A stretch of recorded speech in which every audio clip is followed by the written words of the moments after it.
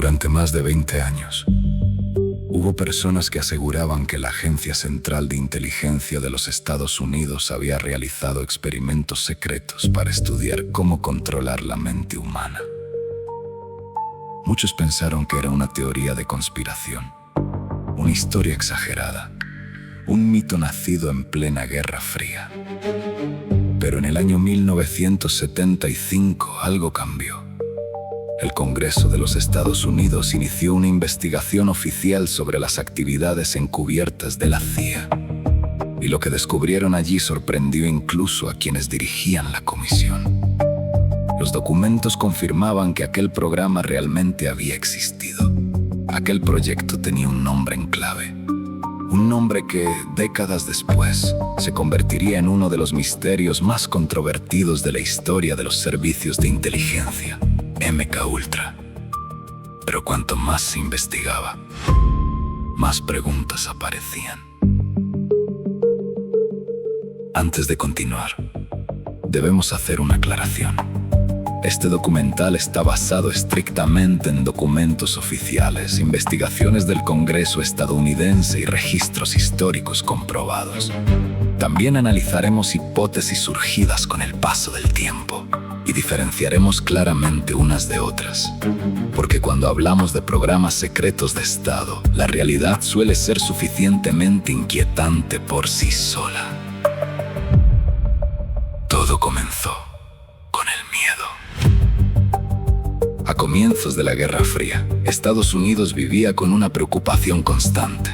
La Unión Soviética avanzaba con fuerza en todos los frentes geopolíticos. La guerra de Corea había dejado además un interrogante sumamente inquietante.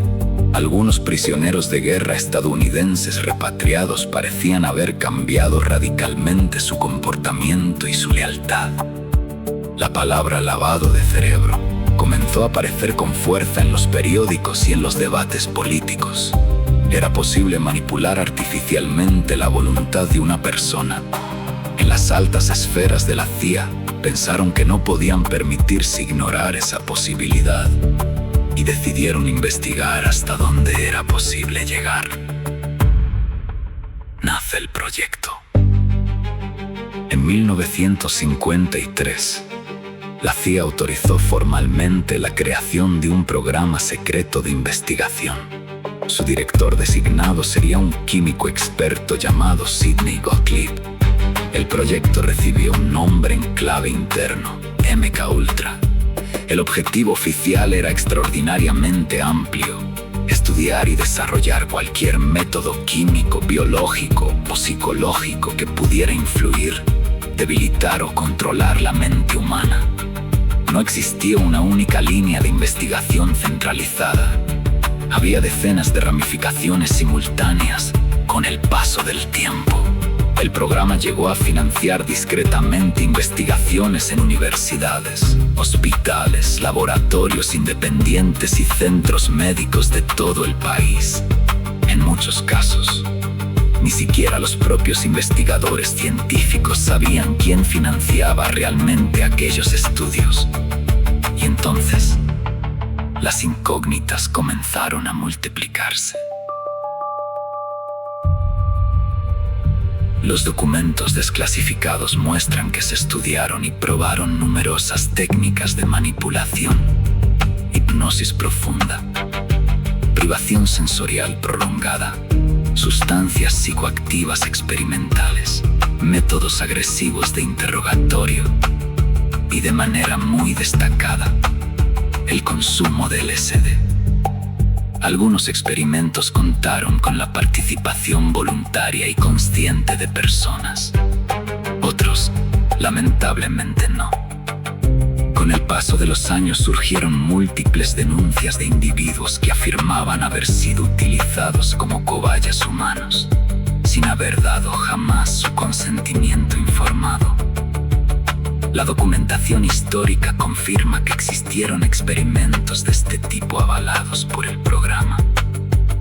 Pero al mismo tiempo, los historiadores señalan que no todos los casos que posteriormente se atribuyeron a MKUltra pudieron ser verificados. Y esa diferencia es fundamental.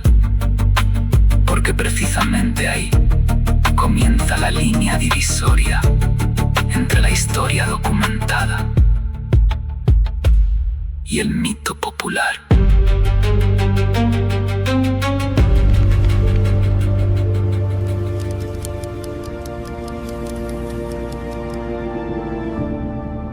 Una muerte que cambió todo.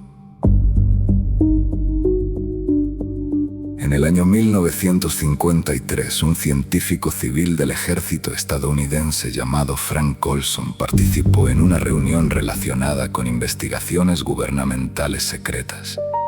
Sin saberlo ni consentirlo, había recibido una dosis de LSD suministrada por sus propios superiores. Días después, en circunstancias oscuras, el científico murió tras caer desde la ventana de un hotel en Nueva York. Durante años, la versión oficial de las autoridades habló de un trágico suicidio. Décadas más tarde, ante la presión familiar y la aparición de nuevos indicios, el caso volvió a investigarse a fondo. Aparecieron documentos inéditos, nuevas dudas técnicas y profundos interrogantes. ¿Hasta qué punto estuvo relacionada su muerte con los experimentos de MKUltra? Todavía hoy, el debate sobre lo ocurrido aquella noche continúa abierto. Cuando el programa comenzó a ser severamente cuestionado por la opinión pública y los medios, ocurrió algo difícil de ignorar. En 1973, el entonces director de la CIA, Richard Helms, ordenó destruir de forma sistemática la gran mayoría de los archivos operativos de MKUltra. Miles de documentos clave desaparecieron en cuestión de días. Pareció una jugada perfecta para borrar el rastro y hacer imposible la reconstrucción de la historia. Pero ocurrió algo completamente inesperado. Años después, aparecieron miles de registros financieros y administrativos que habían sobrevivido milagrosamente al ser archivados por error en otra dependencia independiente del gobierno. Gracias a la existencia de esos papeles salvados del olvido, el Congreso pudo confirmar oficialmente que MKUltra había existido y operado durante años. Sin embargo, una parte monumental de la historia ya se había perdido para siempre entre las sombras del espionaje.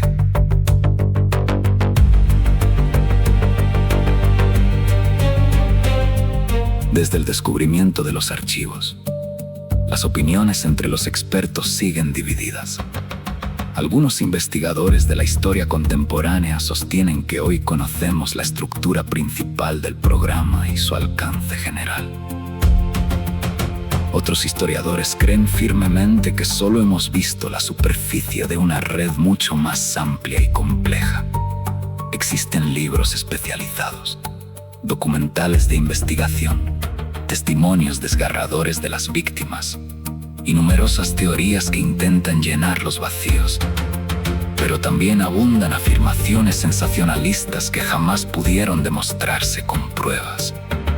Por esa razón, distinguir permanentemente entre los hechos documentados y la especulación sigue siendo una tarea imprescindible para entender la verdad.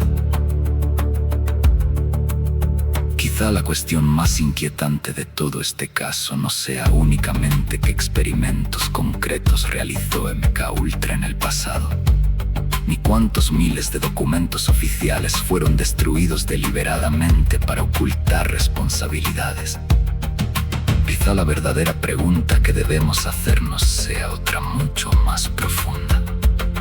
Si un programa de estas características operó con absoluta impunidad y permaneció oculto durante tantos años, ¿cuántas operaciones secretas de otros gobiernos habrán desaparecido por completo de la historia sin dejar rastro documental? Es una pregunta incómoda, perturbadora y probablemente nunca podamos responderla por completo. El proyecto MKUltra dejó una huella imborrable y profundamente dolorosa en la historia de los servicios de inteligencia modernos. Las investigaciones posteriores del Congreso permitieron sacar a la luz una porción innegable de lo ocurrido. Pero la destrucción deliberada de los archivos principales dejó vacíos que quizá nunca podrán completarse. Con el paso del tiempo, el programa se convirtió en el ejemplo académico más claro de cómo el secreto de Estado puede obstaculizar y dificultar la reconstrucción de la verdad histórica. Más de medio siglo después de aquellos hechos, seguimos descubriendo documentos polvorientos, seguimos revisando testimonios de época y seguimos intentando comprender con rigor hasta dónde llegaron realmente aquellas investigaciones sobre la psique humana. Porque cuando una parte fundamental de nuestra historia desaparece entre archivos destruidos y operaciones clasificadas, el mayor misterio ya no es lo que sabemos con certeza, sino todo aquello que quizá nunca lleguemos a conocer.